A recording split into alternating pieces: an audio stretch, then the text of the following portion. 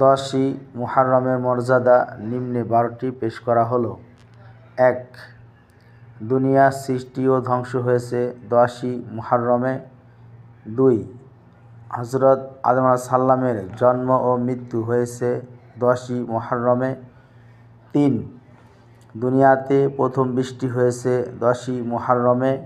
4.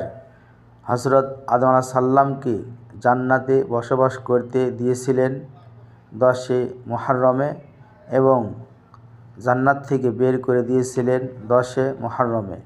5. হযরত আদম আলাইহিস সালামের দোয়া কবুল হয়েছিলেন 10এ মুহররমে। 6.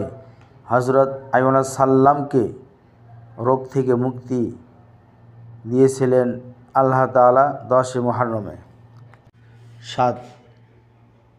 হযরত নূহ আলাইহিস সালাম তুফান থেকে মুক্তি পেয়েছিলেন এই দিনে। 8.